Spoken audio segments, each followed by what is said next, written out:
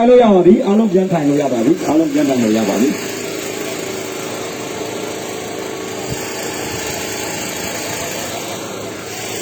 တော့မန္တလေးမြို့26လမ်းနဲ့ဒါကနာလန်ထောင်းမှာဒီတပေါင်းစုတပိတ်စစ်ကြောင်းဆိုရင်ဒါထိုင်တွေပြုလုပ်နေတာပဲဖြစ်တယ်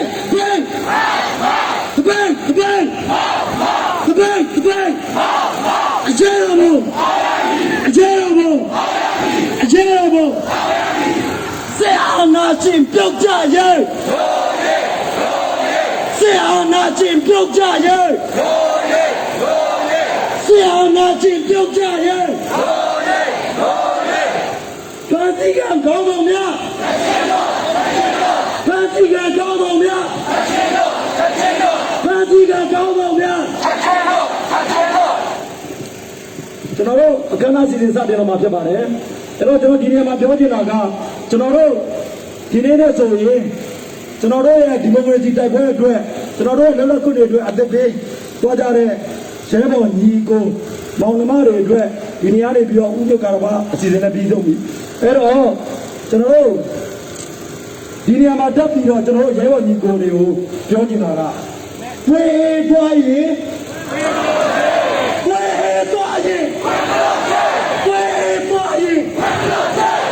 ဆရာနာချင်းမပြုံးချင်းကျွန်တော်တို့ဆက်ပြီးတော့တိုက်ပွဲဝင်မယ်ဒီကောင်တွေကိုဘယ်တော့မှဦးညောဒူတော့အလဲပြဘယ်တော့မှမလုပ်ဘူးဒီကောင်တွေကိုအသေးတွေပဲတွေ့ရမယ်အချင်းတွေဘယ်တော့မှမတွေ့ကြရဘူးအားလုံးလို့တွေ့ရလားโอเคကျွန်တော်တို့ဒီနေရာမှာစကားပြောဖို့အတွက်ကျွန်တော်တို့ရဲ့ညီကျဲတော်ညီကိုတရားကိုဖိတ်ခေါ်ကြပါတယ်ကိုမင်းတဲ့ကိုဖိတ်ခေါ်ကြပါတယ်အားလုံးဒီသူစာရေးဆရာကျွန်တော်တို့စာရေးဆရာမင်းသိဖြစ်ပါတယ်ခင်ဗျာကျွန်တော်တို့အင်ဂျင်နီယာတယောက်လည်းဖြစ်ပါတယ်ကျွန်တော်တို့ကိုအောင်ကိုတိုးကိုမင်းသိဖြစ်ပါတယ်ခင်ဗျာ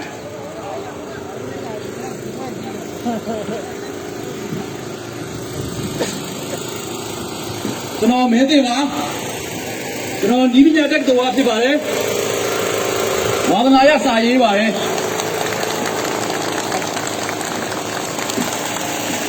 ကျွန်တော်ကျွေးကြော်တဲ့နဲ့စလိုက်ရအောင်ဒီမိုကရေစီရရှိရေးဖက်ဒရယ်ရရှိရေးစစ်အာဏာရှင်ပြုတ်ကြရေးမလီသားရညီရလားဟဲ့မလီသားရညီရလားဟဲ့တို့ပြည်သူတွေညီရလားဟဲ့တို့ပြည်သူတွေညီရလားဟဲ့အားလုံးဒီနေ့တွေ့ရတာဝမ်းသာပါတယ်ကျွန်တော်တို့တွေ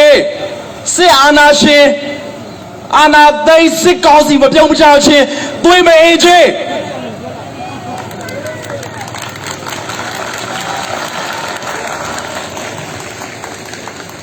ဒီနေ့ကျွန်တော်တို့ရဲ့လူလူစုဝေးမှုဟာအခက်အခဲတွေကြားထဲကနေစုဝေးရတာဖြစ်တယ်ဖေဖော်ဝါရီလလောက်ကျွန်တော်တို့တွေမလွယ်ကူတော့သို့တော့တော်လန်ရေးတိုင်းဟာဘယ်တော့မှလွယ်ကူတယ်ဆိုတာမရှိပါဘူးမနေ့ကကျွန်တော်တို့ရဲ့ရဲဘော်တွေသွေးမြေချရတယ်ကျွန်တော်တို့တွေ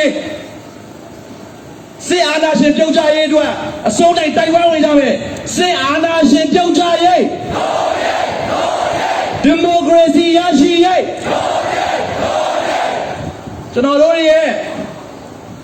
အခုနိုင်ငံတကာဖိအားတွေက CRPH ရဲ့ကြိုးပမ်းမှုအပါအဝင်ကျွန်တော်တို့လူထုရဲ့အထွေထွေအာဏာဖီဆန်ရေးတွေကြောင့်တော်တော်များအောင်ပြင်းလာပြီလို့ကျွန်တော်တို့တွေ့ရပါတယ်ထိုနည်း၎င်းပဲကျွန်တော်တို့ရဲ့လူထုအာဏာဖီဆန်ရေးတွေဟာတွေ့အေးမသွားပဲနဲ့တရင်ချင်းအာဏာရှင်တွေရဲ့လေဘင်းကိုကြိုးကွင်းတဖြည်းဖြည်းနဲ့တင်းနေတာကိုတွေ့ရပါတယ်အဲ့ဒီတော့ကျွန်တော်တို့တွေရဲ့လူထုစုဝေးမှုတွေလူထုအုံကြွမှုတွေကိုရက်တက်မသွားဖို့လိုပါတယ်ထိုနည်း၎င်းပဲကျွန်တော်တို့တွေရဲ့တစ်ဖက်ကကျွန်တော်တို့ CDM လှုပ်ရှားမှုတွေဟာကိုကံအားကောင်းဖို့လိုပါတယ်ကိုကံမအောင်ပဲတဲ့ဆိုရင်ကိုကံမကောင်းရင်ကျွန်တော်တို့တွေရဲ့စစ် အာနာရှင်ပြုတ်ကြရေးတိုက်ပွဲဟာတဖြည်းဖြည်းနဲ့ချိနဲ့တော်ကောင်းသွားနိုင်တယ်အဲ့တော့ကျွန်တော်တို့တွေရဲ့ကုညီထောက်ပံ့မှုတွေဟာကာယအားဖြင့်တော်၎င်းနော်နှုတ်အားဖြင့်တော်၎င်းကျွန်တော်တို့အမျိုးမျိုးရှိရမယ်အဲ့တော့ CDM လှုပ်ရှားမှုမှာပါဝင်တဲ့ပြည်သူဝန်ထမ်းတွေကိုဂုဏ်ပြုရတဲ့အနေနဲ့ CDM မှာပါဝင်တဲ့ပြည်သူဝန်ထမ်းတွေကိုထောက်ပံ့ရေးမှာကုညီရေးမှာတို့ပြည်သူတွေညီရလားဟဲ့တို့ပြည်သူတွေညီရလားဟဲ့ဒီမိုကရေစီနဲ့အတူကျွန်တော်တို့ဟာတိုင်းသားညီကောင်မောင်နှမတွေနဲ့အတူဖက်ဒရယ်ဒီမိုကရေစီကိုတွားရမှာဖြစ်ပါတယ်ဒါကြောင့်ကျွန်တော်တို့ဟာတိုင်းသားညီကောင်မောင်နှမတွေအားလုံးနဲ့ပေါင်းစည်းပြီးတော့စစ်အာဏာရှင်ပြုတ်ကြရေးအတွက်တိုက်ပွဲဝင်ရပါမယ်ဖိုလီ၎င်းပဲကျွန်တော်တို့ရဲ့လူငယ်အင်အားစုတွေပြီးတော့ကျွန်တော်တို့ရဲ့ဒီမိုကရေစီအင်အားစုတွေပြီးတော့ကျွန်တော်တို့မြန်မာပြည်ရဲ့အဝေးရောက်မြန်မာပြည်သားတွေရဲ့ကိုယ်ကြီးဆောင်ပါခြင်းနှုတ်ကြီးဆောင်ပါခြင်းကြောင့်ကျွန်တော်တို့တွေအားတွေတက်ခဲ့ရတယ်ဖိုလီ၎င်းပဲအခုကျွန်တော်တို့မန္တလေးအပြင်တနိုင်ငံလုံးမှာရဟန်းရှင်သူပြည်သူတွေအားလုံးတက်တက်ကြွကြွနဲ့ဒီစစ်အာဏာသိမ်းကောင်စီရဲ့နော်ပြုတ်ချရေးသူတို့အာဏာအထွေထွေပြီးဆန်ရေးမှာပါဝင်တယ်ဆိုတဲ့ကိစ္စတွေတွေ့ရတယ်အဲ့တော့ကျွန်တော်တို့တွေအခုပြည်သူတွေရဲ့တခဲနဲ့အားပေးမှုနဲ့အတူကျွန်တော်တို့တွေရဲ့အခုဒီလေးလဲတပင်းညိုတော်လန်ရေးတပည့်ကတ်တွေကင်ထားတယ်အဲ့တော့ကျွန်တော်တို့တပည့်ဟာကျွန်တော်တို့ရဲ့အောင်ပွဲရဲ့အမတ်သင်္ကေတဖြစ်ပါတယ်နော်ဒါကြောင့်ကျွန်တော်တို့ရဲ့ဒီမိုကရေစီကိုအဆုံးတိုင်တိုက်ပွဲဝင်ကြမယ်ဒီမိုကရေစီရရှိရေးဒီမိုကရေစီရရှိရေးစစ်အာဏာရှင်ပြုတ်ကြရေး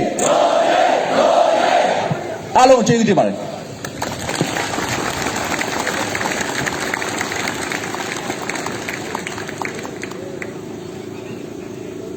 ျွန်တော်တို့ဒီနေရာမှာစုဝေးရောက်ရှိဖို့ဟာအင်မတန်မှခဲရင်ပါတယ်နောက်နောက်နေမှာလည်းအခက်အခဲမျိုးစုံကြားနေကျွန်တော်တို့ဒီလိုပဲဆက်လက်စုဝေးပွဲတွေပြုလုပ်သွားအောင်မှာဖြစ်ပါတယ်အဲ့တော့ဒီနေရာမှာကျွန်တော်တို့မန္တလေးပြည်သူလူထုရဲ့ကိုယ်စားကြေညာချက်တစ်စောင်ထုတ်ပြန်စရာရှိပါတယ်မီဒီယာအားလုံးလည်းမှတ်တမ်းတင်ပေးပါကျွန်တော်တို့ကြေညာချက်ထုတ်ပြန်ပေးဖို့ကျွန်တော်တို့ရဲ့ခေါင်းဆောင်ကိုတေစာဆန်းကိုဖိတ်ခေါ်ချင်ပါတယ်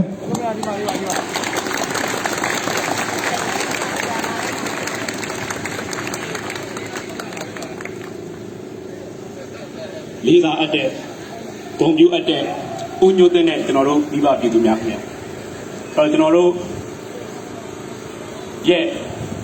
စစ်အာဏာရှင်တော်လှန်ရေး Federal Democracy တော်လှန်ရေးကဒီနေ့ဆိုရင်ကျွန်တော်တို့တလားကြော်ခဲ့ဒီတလားကြော်အတွင်းမှာကျွန်တော်တို့ပြည်သူတွေရဲ့အသက်တွေကျွန်တော်တို့မှတ်တမ်းတွေအရာလူ50ကျော်ကြာဆုံးခဲ့ရဖန်စီအတ္တမဖန်စီခံထားရတဲ့ကျွန်တော်တို့လူလူကောင်းဆောင်ပုံကူများအပါအဝင်ကျွန်တော်တို့ပြည်သူအားလည်းလူဦးရေအားဖြင့်1000ကျော်ပြီးတော့ကျွန်တော်တို့မှတ်တမ်းတင်ခဲ့အဲ့တော့ကျွန်တော်တို့ဒီပေးဆက်ခဲ့တဲ့ပေးဆက်နေတဲ့ကျွန်တော်တို့အသက်တွေသွေးတွေချွေးတွေကျွန်တော်တို့အလဟတ်တမဖြစ်ဖို့အဟောတိကံမဖြစ်ဖို့အမှန်တန်အရေးကြီးပါကျွန်တော်တူချင်းတယောက်ချင်းအနေနဲ့ဆိုရင်ကျွန်တော်ဒီအသက်နဲ့ခန္ဓာတီကာနေသည်ဒီစစ်အာဏာရှင်စနစ်ဒီစစ်အာဏာယူတွေကိုဆက်လက်တိုက်ပွဲဝင်သွားမယ်လို့ကျွန်တော်တလိထံပြုရပါအဲ့တော့ဒီနေရာမှာကျွန်တော်အမှန်တန်အရေးကြီးတဲ့သတင်းစကားလေးတစ်ခုလည်းပြောချင်ပါတယ်ဒါကဘာလို့ဆိုတော့ကျွန်တော်တို့ဒီနေ့အာဏာရှင်ကိုအန်တုနေရမှာတချို့ကမေးကြတယ်နော်မင်းတို့ကလူတူတယောက်အတွက်တိုက်ပွဲဝင်နေတာလားပါတီတစ်ခုအတွက်တိုက်ပွဲဝင်နေတာလားမင်းတို့ကိုကျိုးအတွက်တိုက်ပွဲဝင်နေတာလားဆိုတော့မေးခွန်းပါနော်အဲ့တော့ဒါနဲ့ပတ်သက်ရင်ကျွန်တော်တို့အနေနဲ့ကျွန်တော်တို့အမြဲတမ်းပြောပါတယ်ကျွန်တော်တို့ယခုတိုက်နေတဲ့တိုက်ပွဲတည်ကျွန်တော်တို့ယခုဆင်နွှဲနေတဲ့တော်လှန်ရေးတည်ဒေါ်အောင်ဆန်းစုကြည်နဲ့မင်းအောင်လှိုင်နှစ်ယောက်ကြားထဲကတိုက်ပွဲတက်တက်မြမဟုတ်ပါဘူးကျွန်တော်တို့ရဲ့တိုက်ပွဲဒီ NLD ဆိုတဲ့လို့ခေါ်တဲ့ပါတီတစ်ခုနဲ့စစ်အုပ်စုနဲ့နှစ်ခုကြားထဲကတိုက်ပွဲများရင်မဟုတ်ပါဘူးကျွန်တော်တို့ရဲ့တိုက်ပွဲဒီကျွန်တော်တို့ဗမာချင်းတိုက်တဲ့ဗမာလူမျိုးနဲ့ဗမာလူမျိုးနှစ်ခုကြားထဲကတိုက်ပွဲတစ်ခုများမဟုတ်ပါဘူးကျွန်တော်တို့တိုက်ပွဲရဲ့အဓိပ္ပာယ်ကျွန်တော်တို့အခုဆင်နွှဲနေတဲ့တော်လှန်ရေးရဲ့အဓိပ္ပာယ်ဒီအဲ့ဒီထက်အများကြီးကျယ်ဝန်းပါတယ်နည်းနည်းပါ ကျွန်တော်တို့တော်လှန်ရေးကျွန်တော်တို့အခုဆင်နွှဲနေတဲ့ကျွန်တော်တို့အသက်တွေသွေးတွေချွေးတွေပေးဆက်နေတဲ့တော်လှန်ရေးအတိတ်ပဲဒီဓမ္မနဲ့အာဓမ္မဂျာကတိုက်ပွဲဖြစ်ပါတယ်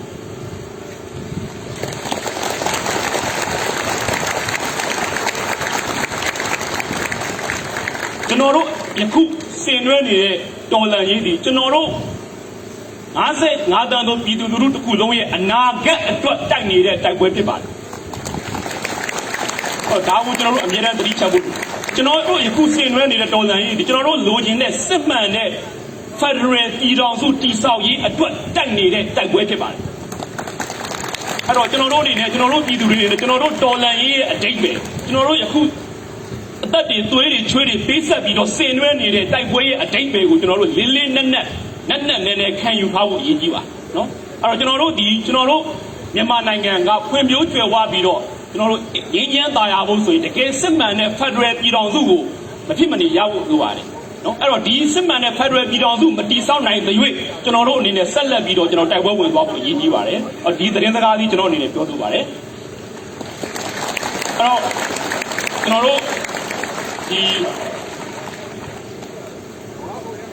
ကျွန်တော်တို့အင်အားစုတွေအနေနဲ့လက်ရှိကျွန်တော်တို့မြန်မာနိုင်ငံရဲ့အခြေအနေပတ်သက်ပြီးကျွန်တော်တို့အရေးကြီးတဲ့ဒီထုတ်ပြန်ကြေညာချက်တစ်ခုထုတ်ပြန်တရားရှိပါတယ်ခင်ဗျနော်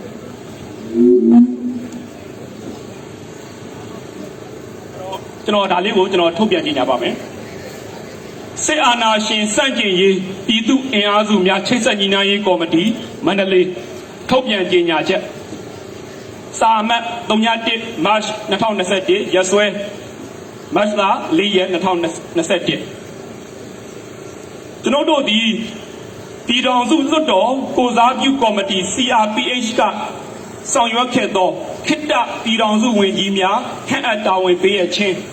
ပြည်သူလူထုတရက်လုံးအပေါ်အကြမ်းဖက်မှုများဇက်တိုက်ကျူးလွန်နေသောနိုင်ငံတော်စီမံအုပ်ချုပ်ရေးကောင်စီကိုအကြမ်းဖက်အုပ်စုအဖြစ်ကြေညာခြင်းတို့ကိုအလေးအနက်ထောက်ခံသည်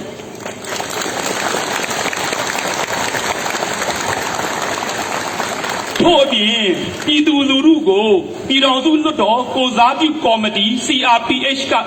ထုတ်ပြန်ကြေညာထားသောဂျာကာလပြည်သူ့အုပ်ချုပ်ရေးအစီအစဉ်အား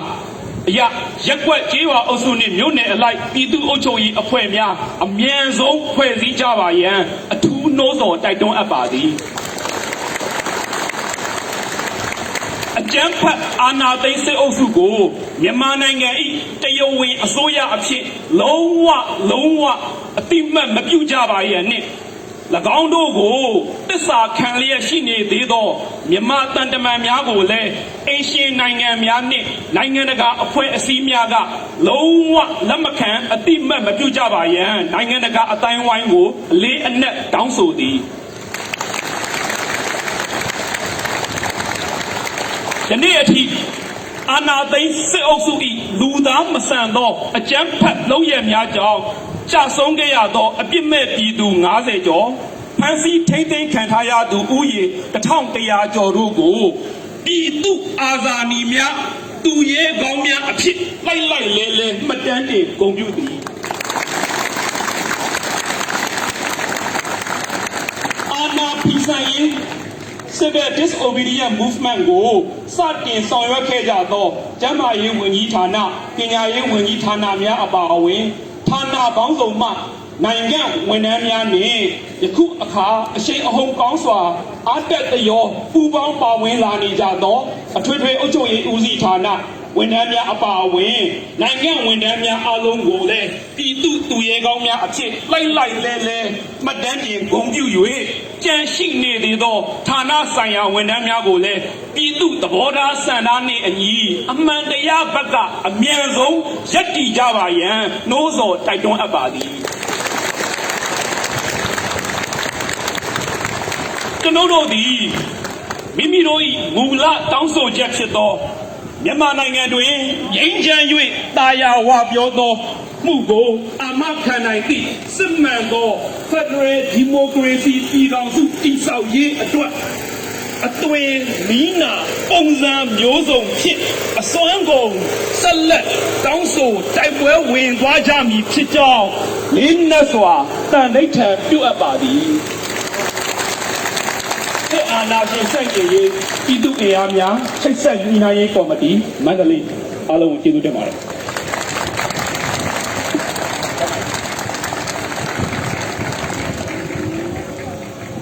Debate! Debate! Debate! Debate! Debate! Debate! Achievable! Achievable! Achievable! စစ်အာဏာရှင်ကြဆုံးရေးစစ်အာဏာရှင်ကြဆုံးရေးစစ်အာဏာရှင်ကြဆုံးရေးတွေ့သွားခြင်းတွေ့သွားခြင်းတွေ့သွားခြင်း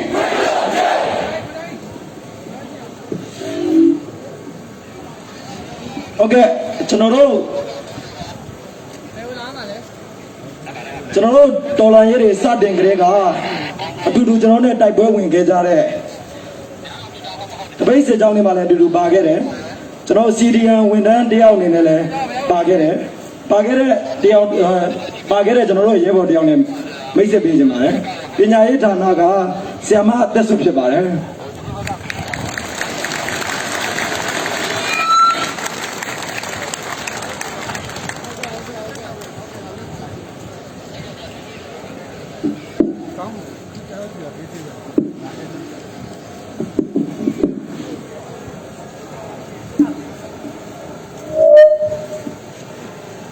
လေးစားအပ်ပါသောအဖွဲ့အစည်းအသီးသီးမှတိုက်ပွဲဝင်ရဲဘော်များနဲ့မန္တလေးပြည်သူလူထုကြီးကျမကတော့စစ်အာဏာရှင်စန့်ကျင်ရေးအတွက် CDN လှုပ်ရှားမှုမှာပါဝင်ခဲ့တဲ့ပညာရေးဝန်ထမ်းကျောင်းဆရာမတဦးဖြစ်ပါတယ်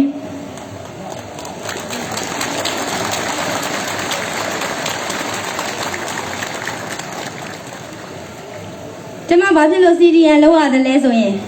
ကျမကိုယ်တိုင်မဲယုံမှာဒူမဲယုံမူတာဝန်ထမ်းဆောင်ခဲ့ပါတယ်မဲယုံလုပ်ငန်းစဉ်အစဉ်ဘယ်လောက်တင်းကျပ်တယ်ဘယ်လောက်စနစ်ကျတယ်ဆိုတာကျမတို့ဒီအသိဆုံးပါအာဏာသိမ်းခြင်းမှာမဲမတမာမှုလို့ဆွဆွဲပြီးတော့အာဏာသိမ်းလိုက်တာကျမတို့ပညာရေးဝန်ထမ်းတွေအကုန်လုံးကိုစော်ကားလိုက်တာနဲ့အတူတူပါပဲ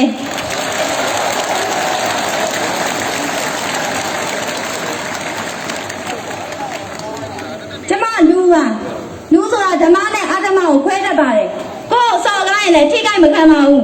ဒါကြောင့်မလို့ကျမတို့ကိုစော်ကားပြီးတော့မဲမတမာမှုလို့ဆွဆွဲကအာဏာသိမ်းတာကိုလည်းကျမဒီနေရာကနေရှုတ်ချပါတယ်အဲ့ဒီလိုကြိုးကြောင်းမစည်းလျော်တဲ့လုံရဲနဲ့အာဏာသိမ်းခဲ့တဲ့စစ်ကောင်စီစစ်အုပ်စုရဲ့လက်အောက်မှာလည်းကျမဒီပညာရေးဝန်ထမ်းတို့အနေနဲ့လုံးဝတာဝန်မထမ်းဆောင်နိုင်တဲ့အတွက်ဒီ CDM လှုပ်ရှားမှုမှာကျမပါဝင်ခဲ့တာဖြစ်ပါတယ်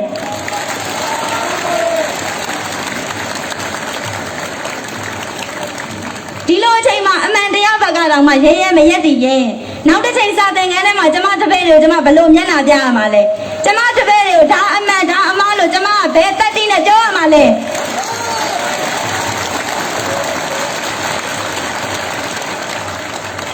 အခုဆိုရင် CDM လှုပ်ရှားမှုမှာ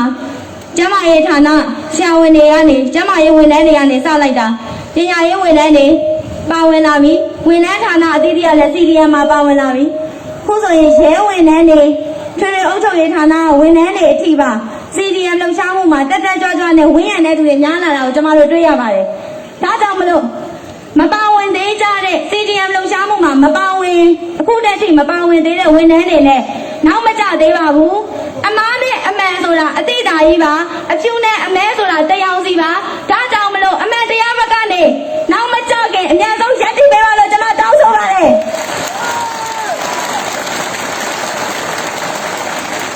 မနေ့တော့ကျမတို့ပညာရေးညီကောင်မောင်နှမတွေနဲ့ငြိမ်းချမ်းစွာဆန္ဒပြတယ်ရန်ကုန်တိုင်းပညာရေးမှုရုံးရှင်မှာစစ်အုပ်စုရဲ့အကြမ်းဖက်ချုပ်ခွဲမှုကြောင့်ကြာဆုံးသွားတဲ့ကျမတို့ရဲ့ဆရာမကြီးဒေါ်တင်တို့ရဲ့အတွက်